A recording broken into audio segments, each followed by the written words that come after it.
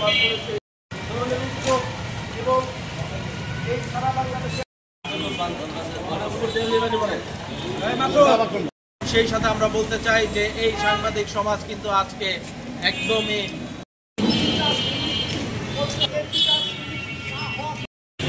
এবং এই ঘটনার জন্য বাংলাদেশে আর কোনো পুনরাবৃত্তি না ঘটে।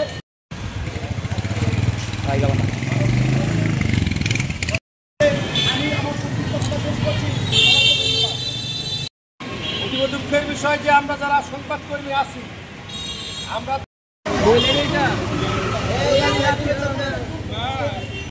এবং অনতিবিলম্বে এই ঘটনার সাথে যারা জড়িত তাদেরকে আইনে তিনি কোন কোন অর্গানাইজেশনকে ইঙ্গিত করে কথাটি বলেছেন, কিন্তু আমরা কি দেখি নির্মমভাবে ধাওয়া কুপিয়ে গলা কেটে হত্যা করেছে। এটি কিন্তু বর্বর। একজন সাংবাদিককে এভাবে কুপিয়ে হত্যার একজনকে নির্মমভাবে আহত করার ঘটনায় এখন পর্যন্ত গ্রেপ্তার নাই, প্রশাসনের তৎপরতা নাই। আমরা চাই অনতিবিলম্বে তাদের গ্রেপ্তার করে আইন আমলে আনা হোক এবং একসঙ্গে বিশেষ ট্রাইব্যুনাল করে তাদেরকে বিচার করতে হবে। ওই বিচারের নামে প্রহসন বাংলাদেশে একটি রাজনৈতিক পট পরিবর্তনের পরে দিন দিন যাচ্ছে, ঘটনা ঘটেনি।